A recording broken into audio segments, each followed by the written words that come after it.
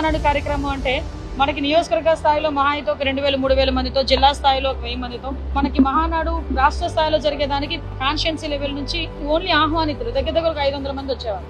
కానీ ఈ రోజు సుమారుగా ఒక్కొక్క కాన్స్టిట్యున్సీలోనే దగ్గర 5000 మందికి పైగా కార్యకర్తలు ఆ టెంటర్లో కూర్చొని మహానాడుని వీక్షించే మంచి పరిస్థితి రావటం అన్నది నిజంగా ఏదో అదృష్టమో దురదృష్టమో తెలియదు. కానీ పొదుపు చర్యల్లో భాగంగా ఈ రోజు మహానాడికి మహర్దశ వచ్చింది, కొత్త రూపు సంతరించుకుందని చెప్పడానికి మాత్రం మేము అందరం కూడా చాలా సంతోషిస్తున్నాం. ఇంతకు ముందు మహానాడు అంటే పసుపు చొక్కాలు వేసుకుంటారంట, అక్కడ కూర్చుంటారంట, మంచి మంచి భోజనాలు పెడతారంట, మన దిశానిర్దేశం ఇస్తారంట అని మాట్లాడుకునే వారు ప్రతి ఒక్కరికి కూడా ఈ రోజు ప్రత్యక్షంగా చిన్న చిన్న మహానాడు వేదికలు ఈ రోజు మనకి ప్రారంభం కాబోతున్నాయి. దీన్ని సక్సెస్ చేయాలని దృఢ నిశ్చయంతో ఉన్న గౌరవ నారా లోకేష్ గారికి క్లస్టర్ స్థాయిలో ఉన్న ప్రతి ఒక్కరు కూడా ఈ రోజు ముందుకు రావడం అనేది నిజంగా ఒక మంచి పరిణామం కింద భావించాలి. గౌరవ ముఖ్యమంత్రి గారు మీకు ప్రతిసారి చెప్తూ ఉంటారు, ఈ రోజు దీని థీమ్ కూడా స్త్రీ శక్తి నినాదం మీద ముందుకెళ్ళడమే కాకుండా యువతకి అన్ని రంగాల్లోని కూడా ముందుకు తీసుకెళ్లాలి.